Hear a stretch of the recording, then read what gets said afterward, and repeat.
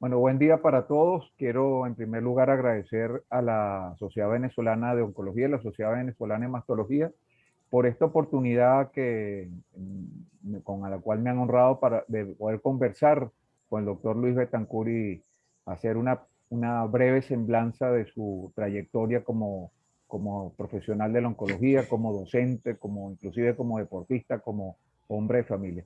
Buen día, doctor Betancur. Buenos días, Jorge. Yo quisiera antes que comenzáramos expresarle mi agradecimiento a la Junta Directiva de la Sociedad Venezolana de Mastología y Oncología por el honor concedido de haberme designado presidente honorario de los congresos integrados de oncología y mastología que van a celebrarse del 18 al 20 de marzo. Es un honor que en verdad orgullosamente comparto con mi familia, con mis compañeros de trabajo y con mis amigos de la vida.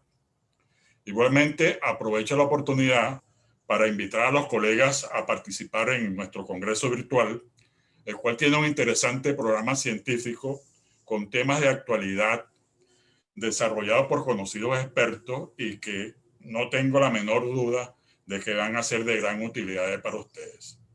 Agradezco igualmente a tu persona, Jorge, por esta entrevista. No, para mí es un grato placer, una grata tarea. Y como usted, y a ponerse al día y a inscribirse, a colaborar con estas dos sociedades, Bueno, con la Sociedad Venezolana de Oncología y de Mastología, que han hecho un gran esfuerzo para montar este congreso integrado en uno de los momentos más difíciles del planeta, pero bueno, hay que ir avanzando y empujando ese carro hacia adelante. Así totalmente de que acuerdo. bueno, doctor, esta historia que queremos que la gente conozca comienza en 1946 entre Caripito y Caracas, hecho en septiembre de 1946. ¿Qué nos puede comentar sobre esos primeros años de infancia, la escuela, los amigos, la pasión por el deporte? Bueno, voy a develar un aspecto muy importante de mi vida, que yo soy tradicionalmente, me han conocido en la carrera médica y en mi mundo social, mi nombre es Caripito. Mucha gente más me conoce por Caripito que por Luis Betancur. Y eso tiene su razón porque yo venía de Caripito y cuando llegué a Caracas yo todo decía, bueno, en Caripito pasa esto y esto y el otro. Pero yo no nací en Caripito, yo nací en Caracas en el año 46, pero a los 2, 3 semanas me trasladaron a Caripito, mi grupo familiar se trasladó a Caripito y bueno, y ahí desarrollé y viví toda mi infancia y la parte de mi adolescencia. Eh, en Caripito desarrollé o tuve mi educación primaria y mi educación secundaria.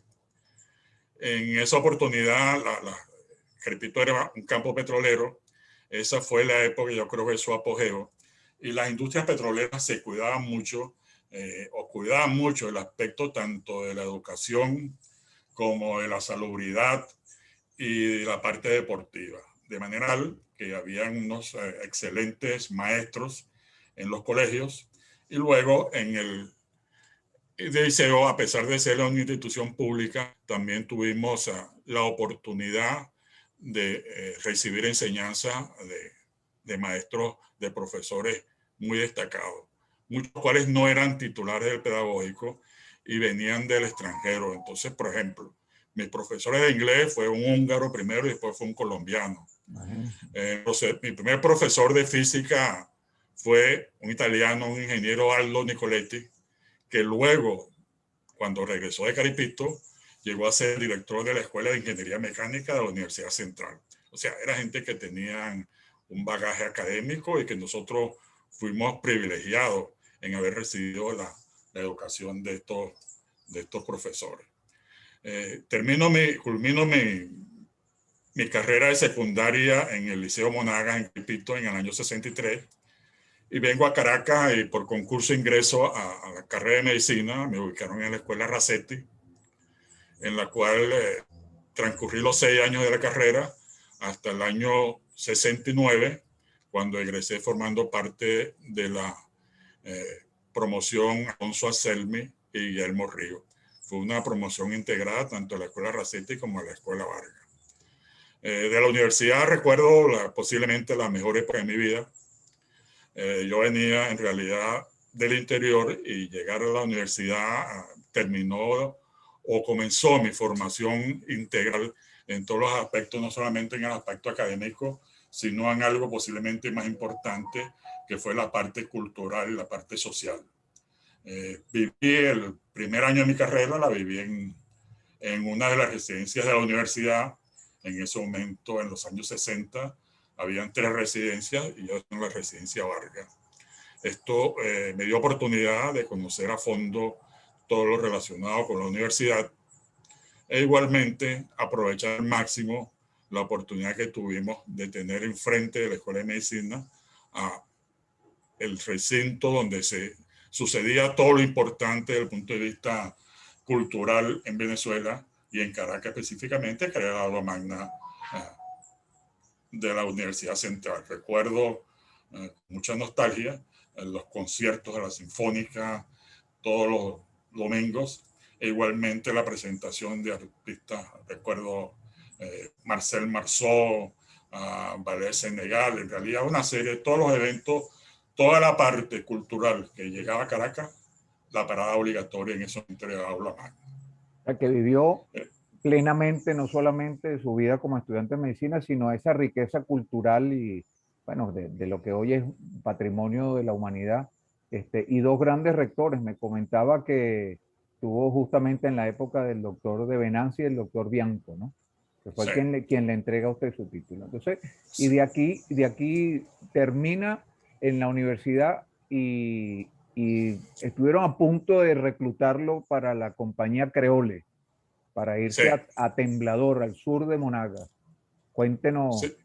Sí, eso fue una oferta que me hizo el doctor Gordo, que en ese momento era Vicente Gordo, el director de la división médica de la Creole en Oriente, para ir a trabajar con ellos. Y aparte de agradecerle, mi intención siempre, apenas egresado, era que yo me encantaba y quería vivir la vida hospitalaria. Entonces, buscando ingresar a un hospital, concursé al Pérez Carreño, donde no fui favorecido en el concurso, y decidí irme a Cumaná a trabajar donde ya se habían ido 17 de mis compañeros, compañeros de estudios y también de la vida, como decir así, entre los cuales Ali Valdivieso, Jesús Carrasco, que luego fueron compañeros míos en el oncológico y fueron jefes de servicio de ginecología de institución. Cumaná nos tocó vivir la época de transición. Prácticamente en esos meses se había inaugurado el nuevo hospital, Patricia Calá, y tuvimos una gran receptividad en la institución. Hicimos un internado, pero dedicado específicamente enfocado en las especialidades. Se llamaba en ese momento residencia, a mí me tocó la parte de cirugía. Hicimos la residencia quirúrgica, tuvimos la suerte de toparnos con gente también muy receptiva y muy preparada, entre los cuales destaco al doctor Antonio Nicolás Briceño, que era un excelente cirujano, fue cirujano de tórax y jefe del servicio en los Magallanes y ya en Cumaná. Y otra persona que fue la que posiblemente influyó mucho en esta parte mía de la dedicación a la investigación bibliográfica médica, que fue el doctor Francisco Salazar. El doctor Francisco Salazar era una persona de grandes condiciones humanas, muy cristiano, muy católico, y él se había formado en el Hospital Jefferson en Filadelfia. Luego regresó de Estados Unidos, se fue a Cumaná y trabajó conjuntamente tanto en el Hospital Central de Cumaná como en el Sanatorio de Cumaná, individuo con una gran habilidad quirúrgica y con una gran formación académica. De él recuerdo cuando lo visitaba que su biblioteca con revistas norteamericanas de cirugía al día que recibía en forma regular. De ellos siempre me acordaré el amarillo de su biblioteca, que era la carátula de la revista de Annals of Surgery. Con él, bueno, ahondar, siempre agradecerle toda la atención y la influencia que dio en mí. De ahí de Cumaná termina y regreso a Caracas, ya cumplido el lapso de 2 años y medio en Cumaná, bueno, ya era tiempo de volver a buscar una especialización y concurso para cirugía en el clínico y quedé asignado al servicio de cirugía 1.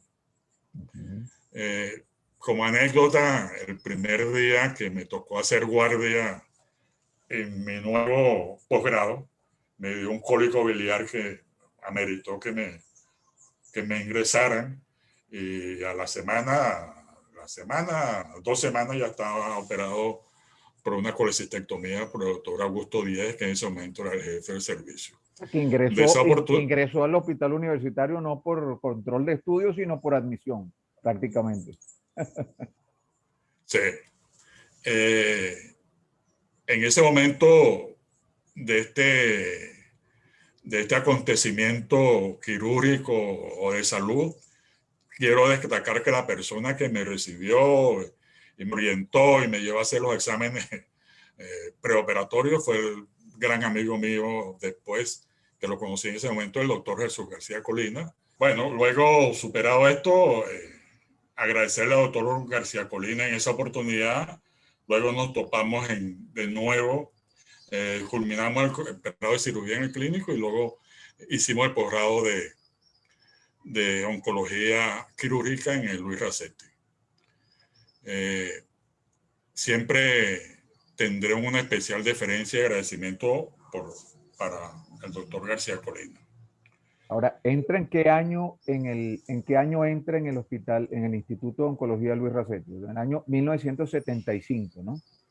En el año, bueno, en realidad entré en el septiembre del 75, pero oficialmente el posgrado comenzaba en enero del 76. Okay. Entonces estuve en enero del 76 hasta diciembre del 78. Okay, cuando una vez egresado, estuve alrededor de 1 año en el servicio de admisión y luego hubo la oportunidad de ingresar al servicio de mama, de patología mamaria, donde transcurrí por un lapso de 35 años en el servicio. En el servicio de mama fue en realidad donde desarrollé y pasé la mayor parte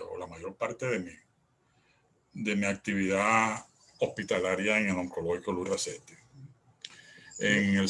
Ajá. Aquí le tengo una sorpresa, a ver que alguien que quiere saludarlo, a ver qué hermano tal. Luis, un saludo desde la distancia.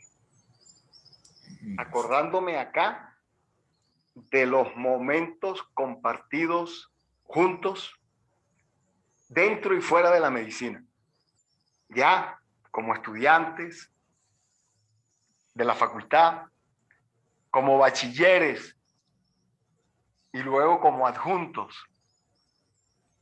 en el alma mater quirúrgica nuestra, el Instituto de Oncología Luis Racetti. Felicitarte por la mención súper justificada, súper merecida de presidente honorario de este congreso integrado que se celebra este año. Nadie mejor que usted es merecedor de tan distinción. Representa usted la mastología venezolana. Me siento contento, me siento realmente motivado para manifestar este sentimiento porque se está haciendo honor a quien honor merece. Un gran abrazo y disfrútela. Caramba, palabras me llenan de emoción viniendo de mi gran amigo Pedro Martínez, que fue mi jefe también en el servicio de patología mamaria. Algo que mucha gente no conoce, Pedro y yo fuimos bachilleres de pregrado en el Instituto de Oncología Luis Racetti a finales de los años 60. Fue nuestro primer contacto con la institución y de ahí prácticamente quedamos prendados a la institución y nuestros tanto el de él como el mío, nuestras intenciones, nuestro deseo era que en algún momento debíamos retornar al oncológico Luis Racetti. Deseos y aspiraciones que felizmente pudimos cumplir y regresar a ser el programa de oncología y luego dedicarle prácticamente nuestra vida a la institución. Porque si yo he sido longevo o he tenido tanto tiempo, Pedro creo que tuvo mayor tiempo que yo también en la institución. Pedro es mi compañero, como él lo dice, en actividades académicas y en actividades también fuera del hospital. Mi gran amigo, mi compañero y mi jefe, al cual yo le debo también le profundo un gran aprecio. Ahora, todos sabemos, doctor Betancourt, de la importancia para usted, no solamente en su formación como profesional, como excelente profesional de la oncología quirúrgica, sino en la parte personal. Usted me hablaba de mucha gente, el doctor Josías de Lima Camejo, su otro amigo, el doctor Álvarez Mangle, mucha gente que ya no, muchos no están ahora con nosotros, pero muchos siguen en el hospital, otros se han ido a otras partes pues, a hacer buena medicina, como todos sabemos. Ese momento, para este año usted cumple ya 45 años de docencia, ¿no? Y usted es un hombre joven, o sea, comenzó a una edad bastante temprana y todavía, como decimos en buen venezolano, es que queda rosca, ¿no? Pero hay un punto que era donde lo quería llevar justamente el año 1900, principios de 1980, 1982. La fundación de la Sociedad Venezolana de Mastología. Usted me comentó en estos días que fue precedida de algunos eventos previos pues, que llevaron justamente al regresar de un viaje a la conformación de esta gran idea pues, que hoy celebramos pues prácticamente el año que viene los 40 años de la Sociedad Venezolana de Mastología. ¿Qué nos puede comentar sobre ese momento en que se decide y usted es uno de los fundadores? Vuelve a coincidir con el doctor Jesús García Colina nuevamente y otros más de la mastología. En el servicio se venían realizando, como tú sabes, actividades de patología mamaria.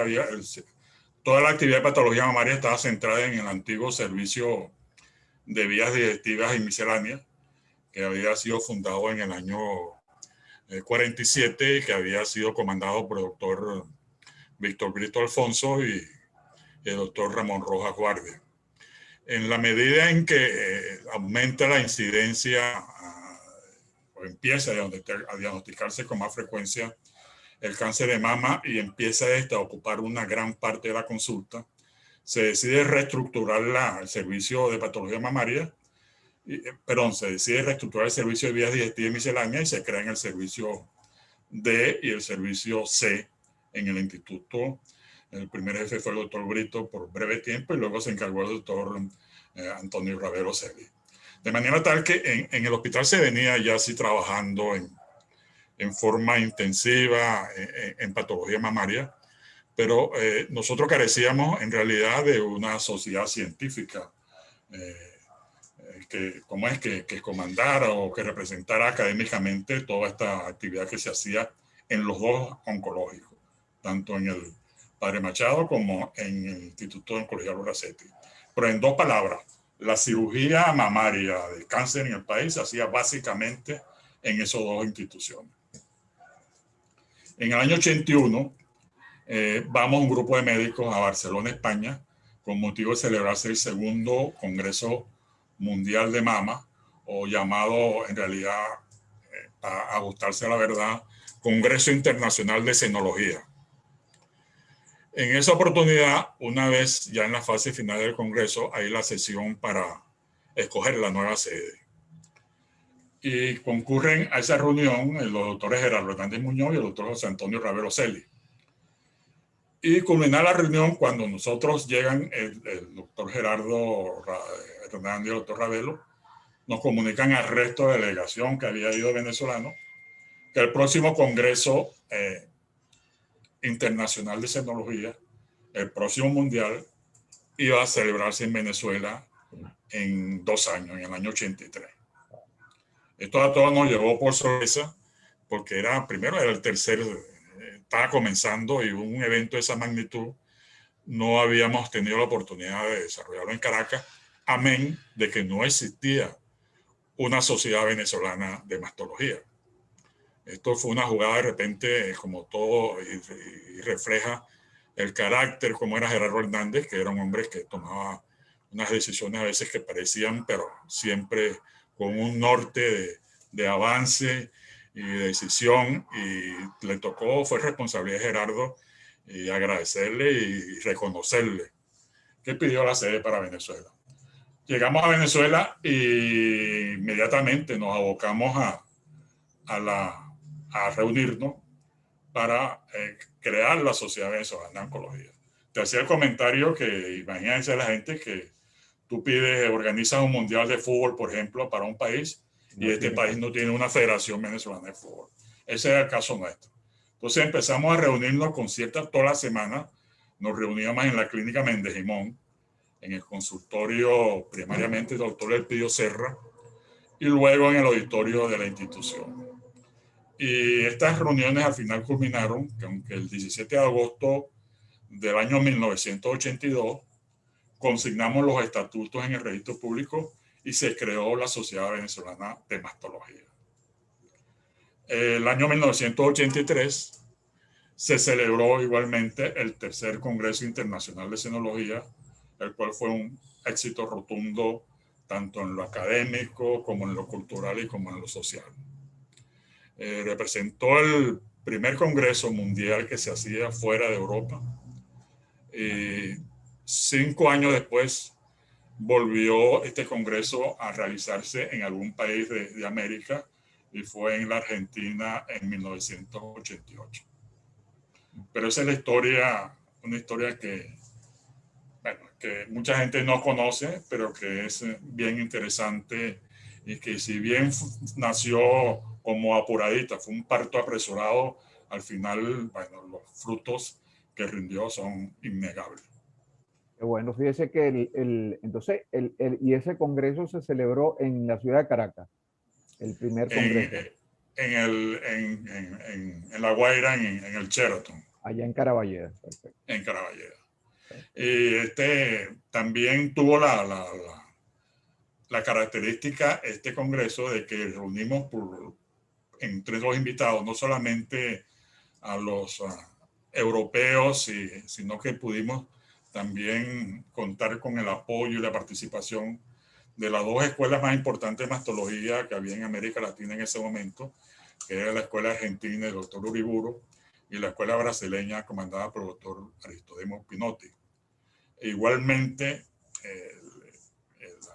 la guinda fue traer una serie de prestigiosos médicos norteamericanos que se incorporaron al Congreso, y que era primera vez que sucedía en estas actividades de la Sociedad Internacional de Cenología.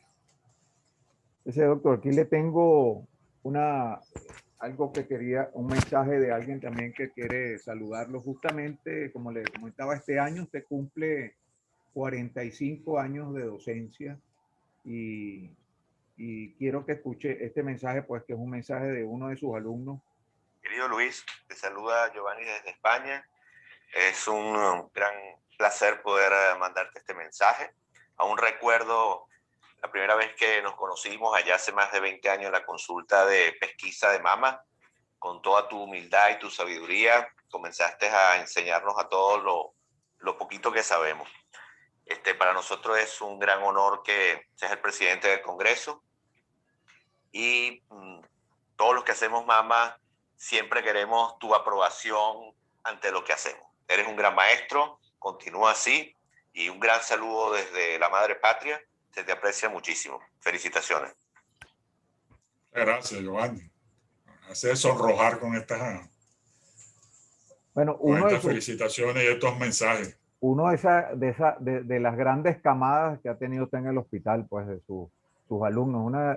Quizás, como siempre lo comentaba, pues que una de las cosas que más lo caracteriza, pues, no solamente su alta excelencia desde el punto de vista quirúrgico como especialista, sino esa gran disciplina de estudiar, pues que nos fue inculcando la generosidad de compartir, un hombre que comparte abiertamente cualquier artículo que haya, sobre todo en los momentos en que era muy duro. Hoy en día es como más fácil compartirlo, pero también usted presenta una clara afición y pasión por las cifras.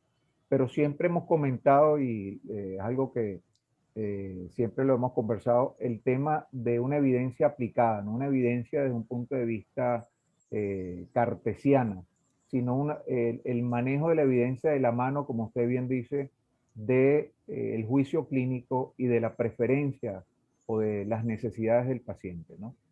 ¿Qué lo hizo? Pues, quizás nos remontamos al doctor Francisco Salazar allá en Cumaná, enseñándole muy probablemente a cómo analizar un estudio clínico. ¿De dónde Sí, surge esa pasión por las cifras? Me imagino que usted fue un excelente estudiante en matemáticas. bueno, no me fue mal en bachillerato en matemáticas. Esta afición, bueno, en parte de Francisco Salazar y previamente, a mí me tocó cuando estuve en el pregrado, ser la pasantía de cirugía, fue por cirugía 3. Ahí el doctor Hermógenes Rivero era el jefe en ese momento. Y me recuerdo siempre en las revistas del servicio la figura de Armando Márquez Reverón. La figura de Armando Márquez Reverón destacaba, aparte de todo lo que sabemos del maestro Márquez Reverón, de parte de toda su formación académica, era cómo manejaba esto precisamente de las cifras de la estadística. Y eso hacía una diferencia total entre las intervenciones de los demás juntos. Cuando el doctor Márquez hablaba, con su media voz que tenía, esto así, asado, y empezaba a citar algo que eran los porcentajes.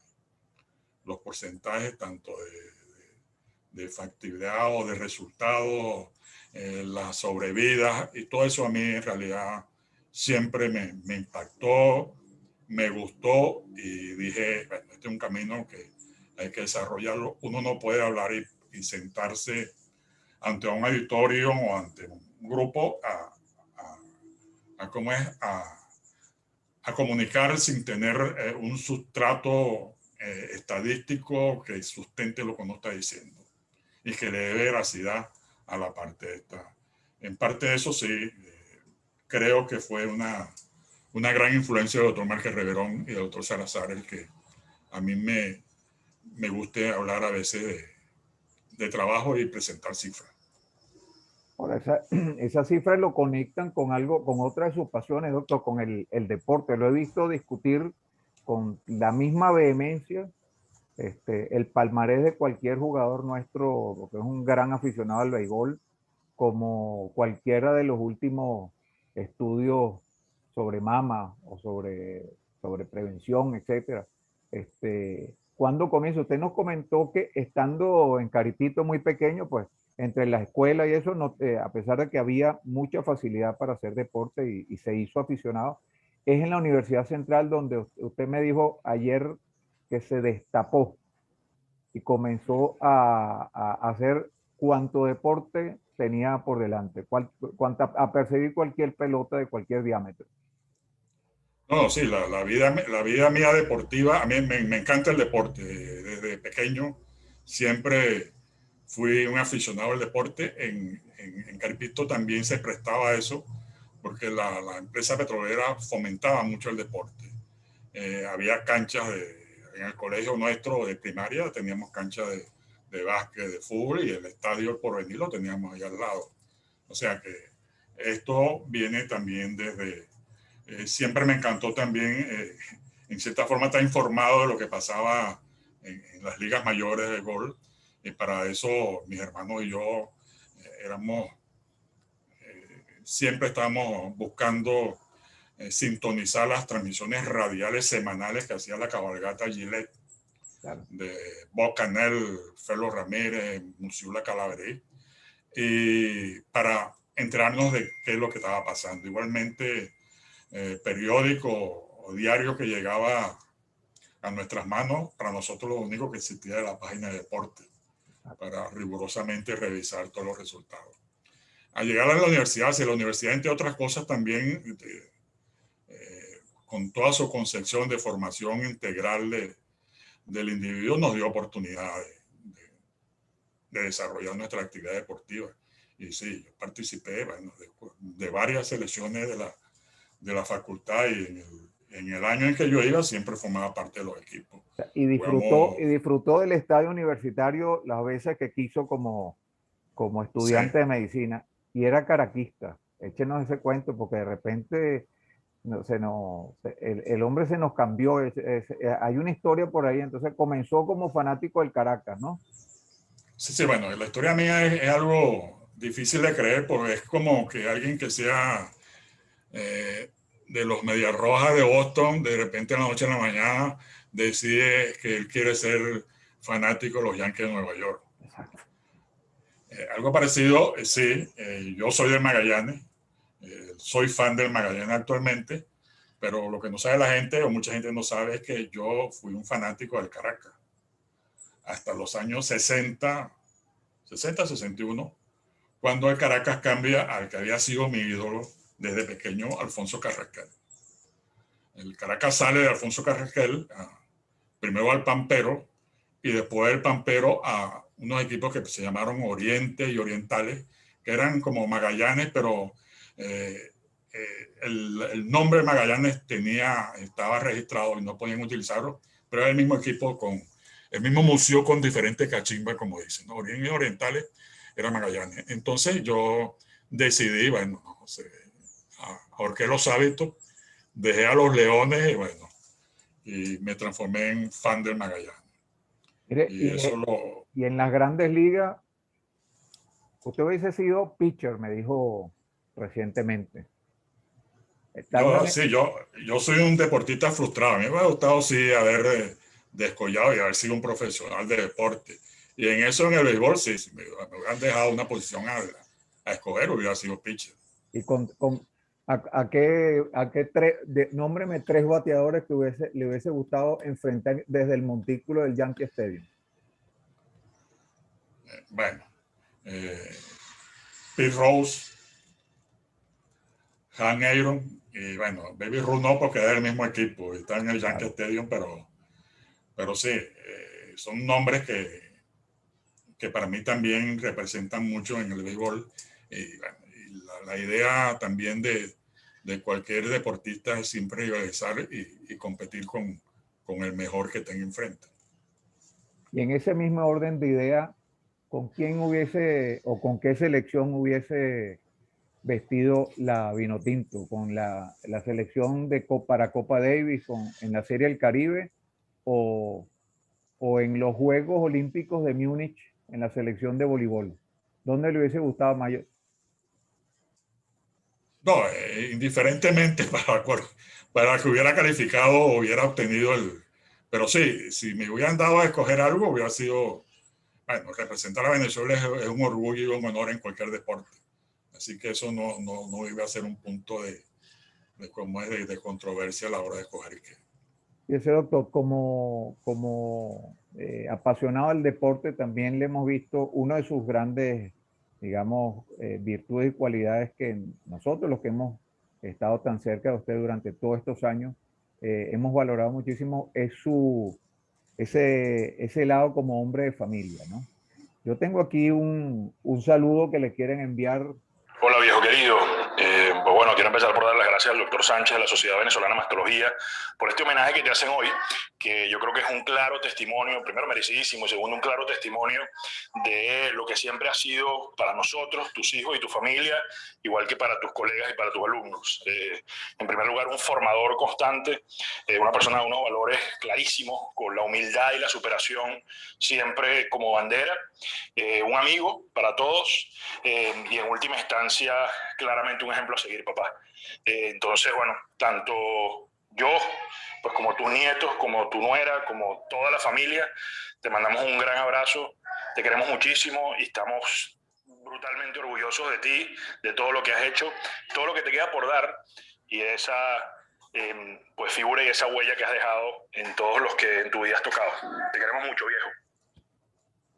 Bueno, Ese es Alejandrito. este es Alejandro, doctor. ¿Qué me Es muy cuenta? especializado en sus opiniones. Así, bueno, está funcionando la oficina de relaciones públicas. ¿Qué me cuenta de la familia, doctor? Usted es un hombre apasionado de su familia. Nos consta.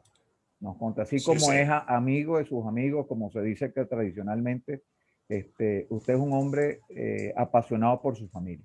¿Cuántos nietos tiene ya? 4 nietos. 4 nietos. El último, ¿cuál fue en diciembre, ¿no? Recientemente, hijo de Alejandro, el que acaba de hablar ahorita. 4 nietos. Mire, ¿y qué tal le va en esa nueva misión que tenemos los padres que ya tenemos el nido vacío? Pues que nos toca no solamente perseguir nuestros sueños, sino acompañar a perseguir los sueños de nuestros muchachos, ¿no? Por ahí hay un mensaje de Luis también, de Luis el médico, que está desde Sí. Madrid. Pero cuénteme, ¿qué tal le va en esa aventura de padre persiguiendo los sueños de sus hijos? Sí, sí, en realidad no es fácil después de tener a los muchachos y tener los nietos, o sea, que todos estén. Los 3 hijos míos están afuera, uno está en Perú, uno está en Panamá y el otro está en España. Y es difícil, pero siempre procuramos. Bueno, tengo el gran apoyo de mi señora de Indiana y eso nos ayuda a nosotros a sobrellevarlo. Constantemente nos estamos comunicando y esto ha sido una de las ventajas del avance de las telecomunicaciones, que uno puede comunicarse frecuentemente con ellos, pero es difícil. Pero es a donde los llevó el devenir del país y donde están haciendo lo más adecuado y yo considero que lo mejor para ellos. Exacto. Sin dejar de por lado que todos ellos tienen unos grandes deseos de volver a Venezuela. Y así va a ser, Dios mediante. Mire, escuche esto, doctor, que aquí está su... Papá, ¿cómo estás? Qué alegría tener otra oportunidad más para agradecerte todo el amor, guía, el apoyo y el conocimiento que siempre me has dado y con el que sé que siempre puedo contar. Eres mi maestro en valores y no tienes idea del orgullo de saber y decir que soy tu hijo. Es que de verdad que no hay mejor modelo a seguir. Cada vez que me encuentro por alguna otra cosa con tus pacientes, yo no quepo el orgullo de la manera en que hablan de ti. Dejas de verdad una huella única de ciencia y humanidad en cada uno de ellos. Qué mejor ejemplo de nuestro arte, de verdad, haber crecido viéndote y aprendiendo de ti. Te quiero un mundo, viejo, porque este año te puedo decir todo esto en persona. Cuídate mucho.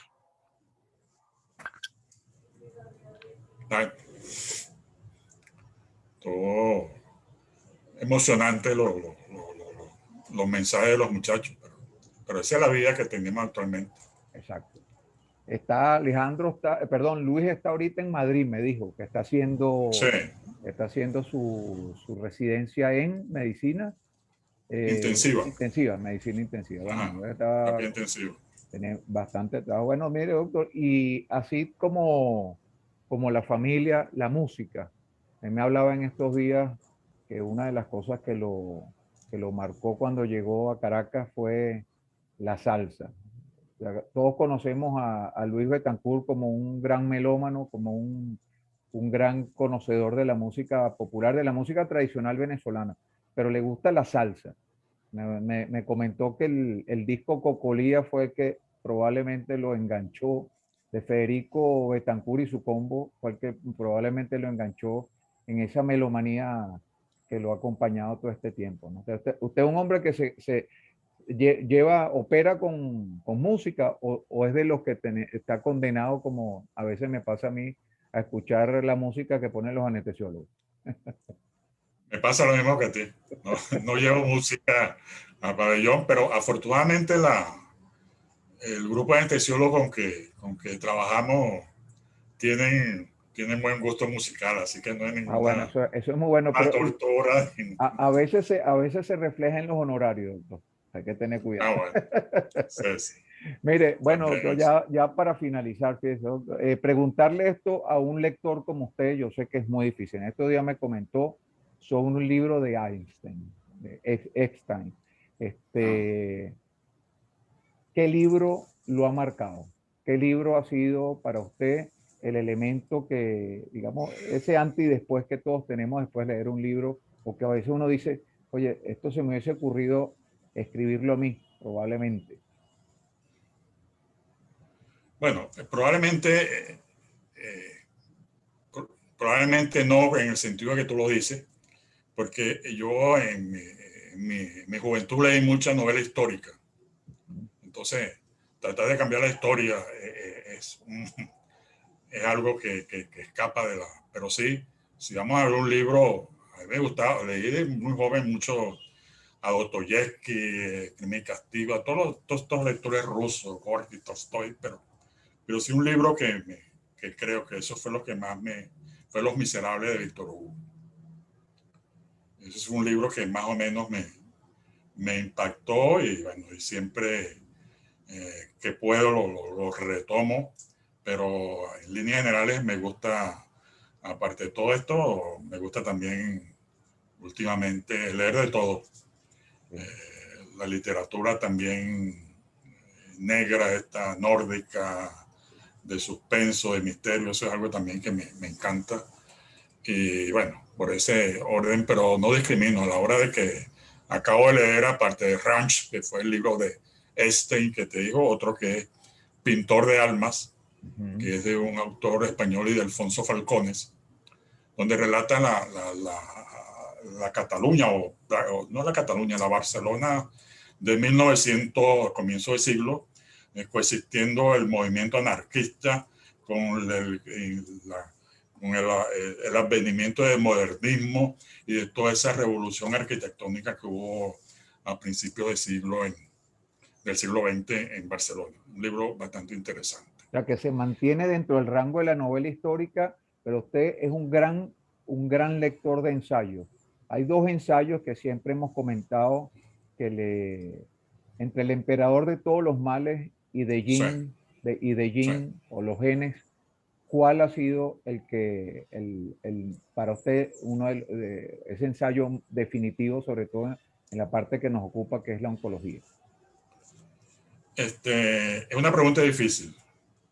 Quizás si hubiera leído primero Jin, a lo mejor diría Jin ahorita y después El Emperador de Maladí, pero son dos libros, posiblemente el, el Imperio de o sea, el Imperio de Maladí, posiblemente porque es más complejo y abarca más la temática de la oncología y de los tratamientos médicos y todo, pero Jin es el futuro. Jin es el inicio, el recuento de cómo comenzó todo y hacia dónde vamos. Y vamos definitivamente a otro mundo basado en la genómica. Y esto es lo que... Pero son libros bien interesantes los dos. La destrucción del cáncer, el libro del autor de Vita también, otro libro espectacular. Y son libros, pero igual, libros de ensayo. No hace mucho también la historia de España por Pérez Reverte, que es un enfoque también muy particular, muy particular de Arturo Pérez Reverte, de la historia, muy satírico y a veces hasta jocoso. Sí, pero, sí. Ahora, un plato, doctor, ¿qué plato lo hace cuando está persiguiendo a sus muchachos por ahí por el mundo? ¿Qué plato mira, lo hace suspirar? Yo soy un gran comelón. A mí me gusta mucho, me gusta comer de todo, pero si este tipo de preguntas, que si es plato, tal cosa, hallaca. Si tengo que dar una respuesta, hallaca. Ajá. Ahora, si me dice el top 5, te diría hallaca, pabellón, pasta, chalupa de pollo, eso sería el top 5, pero si me pides una, hallacas.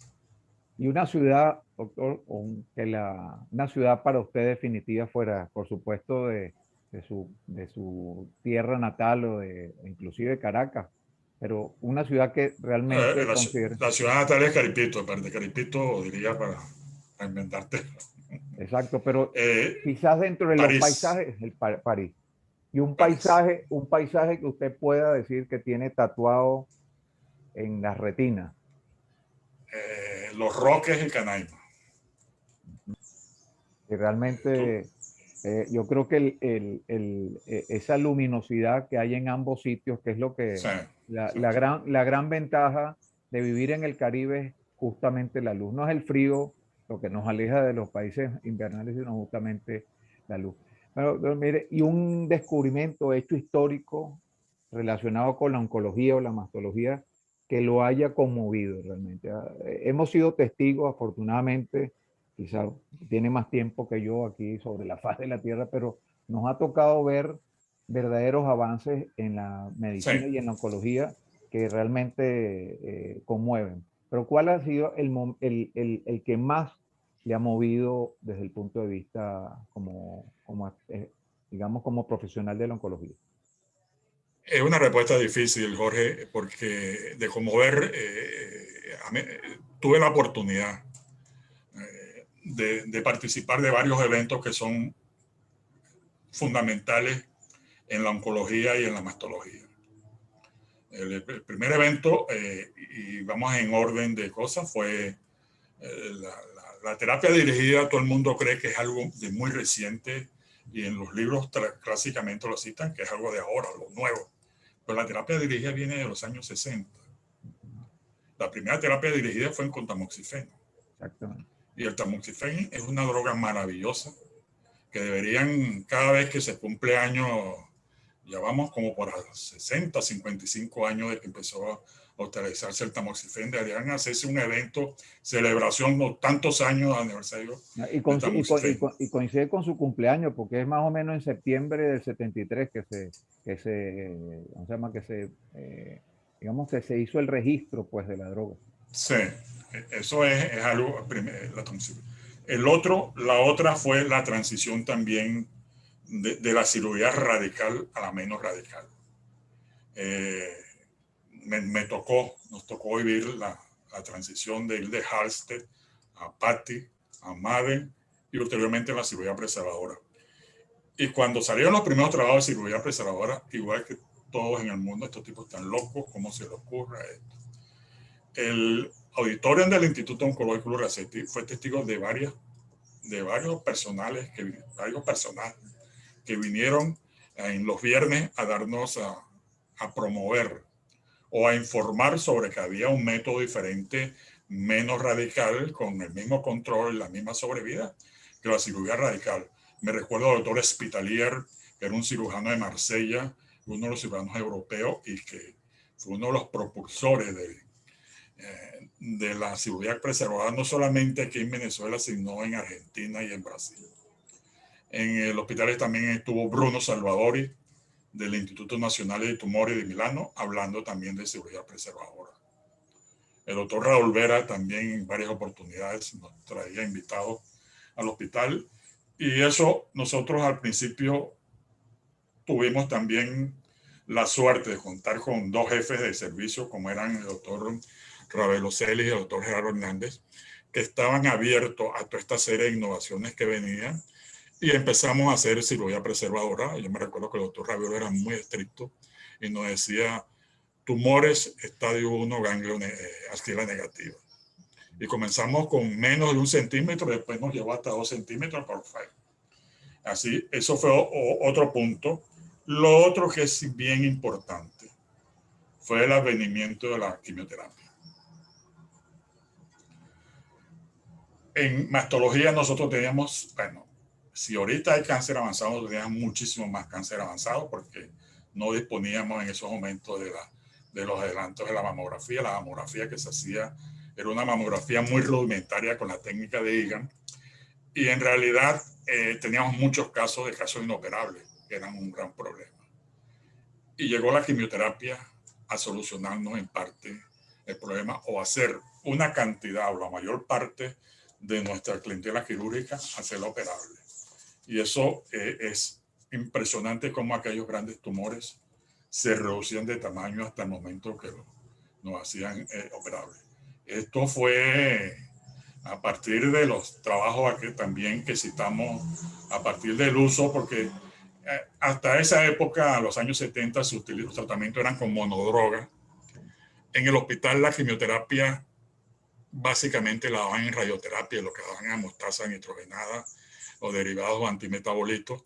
Y es luego del trabajo de Frey, de Freires, de De Vita, que empiezan a utilizar la poliquimioterapia, la combinación de drogas, y la empiezan a ensayar después de tumores líquidos, en tumores sólidos, y bien que hay respuesta, que esto se difundió y a nosotros nos llegó a finales de los años 70, empezaron a darse quimioterapia en el hospital con unos resultados especteculares. El relato, y luego, el relato, lo que usted nos comentaba inclusive en el libro de Evita, la lucha contra el cáncer, el relato de Evita es realmente impresionante, ¿no?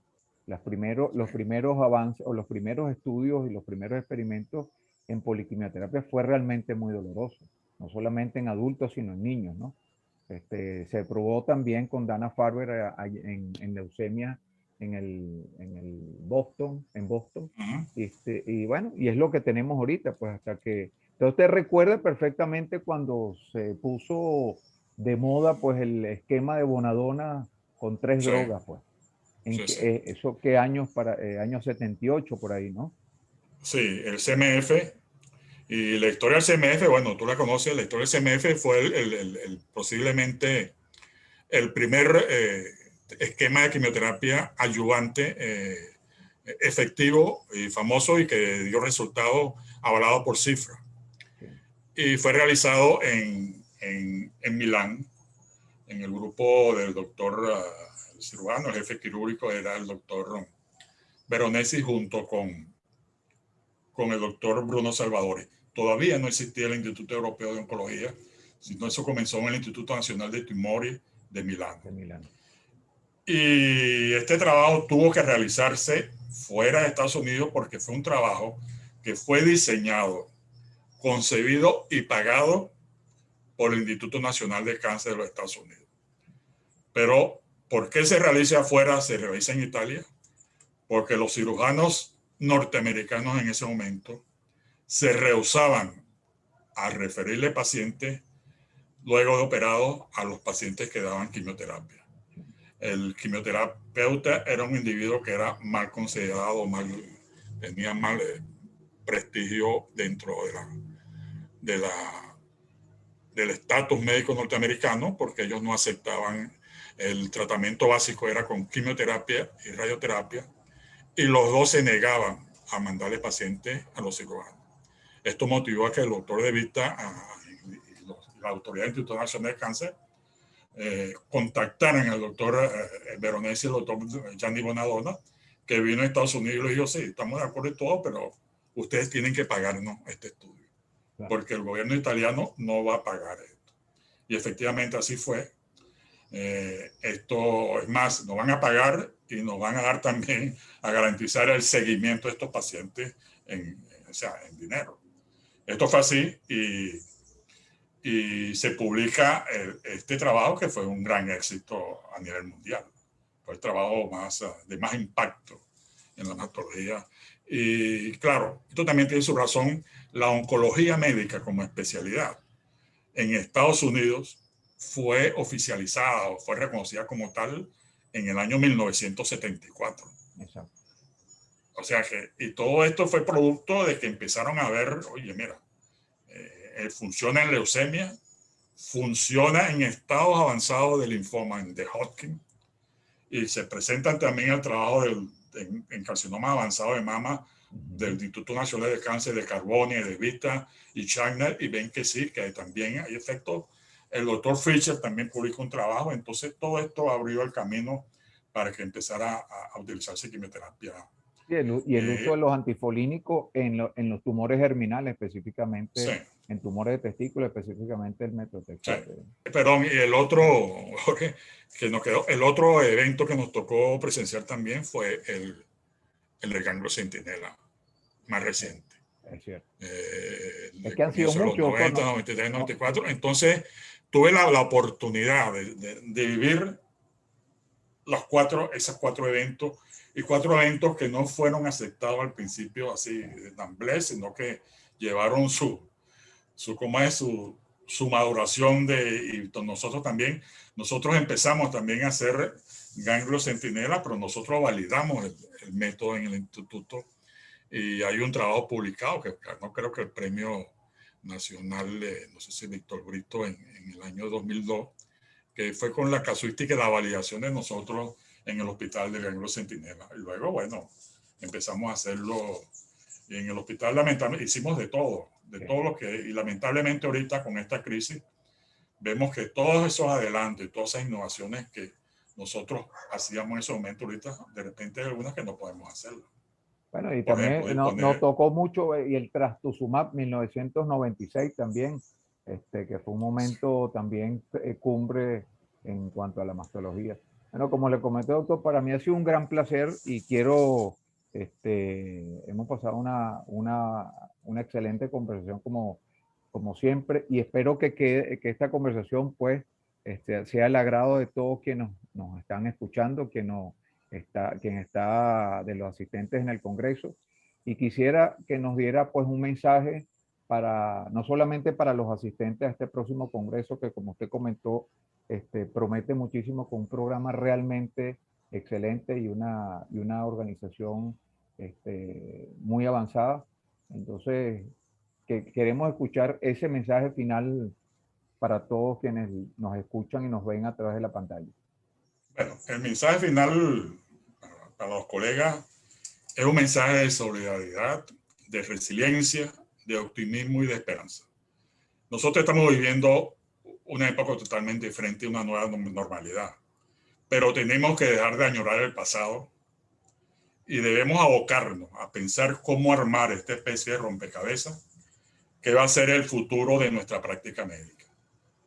Para ello vamos a necesitar la unión, esfuerzo y compromiso de los médicos, de las sociedades científicas, de las universidades, de los cursos de posgrado, de las instituciones públicas y privadas. Afortunadamente nosotros tenemos lo principal, que es el recurso humano. Y este recurso humano lo tenemos aquí en Venezuela y fuera del país, y lo mejor es que todos están dispuestos a colaborar para tal fin. Este es el mensaje que yo creo que es de optimismo y de esperanza para todos. Espero verlos participando en el Congreso y de nuevo le agradezco a las juntas directivas de las respectivas sociedades y a tu persona, Jorge, por esta oportunidad de dirigirme a los colegas médicos. A usted, doctor, muchísimas gracias. Bueno, yo también agradecer a la doctora María Teresa Cutiño y todo su equipo directivo de la Sociedad Venezolana de Oncología, al doctor Jorge Pérez en la Sociedad Venezolana de Mastología y todo su equipo, al gran equipo organizador, y bueno, este mensaje final de apoyar al Congreso, ponernos al día, que es importante, doctor, tenemos que irnos a poner al día para apoyar a nuestra sociedad, y nos vemos pronto en el Congreso.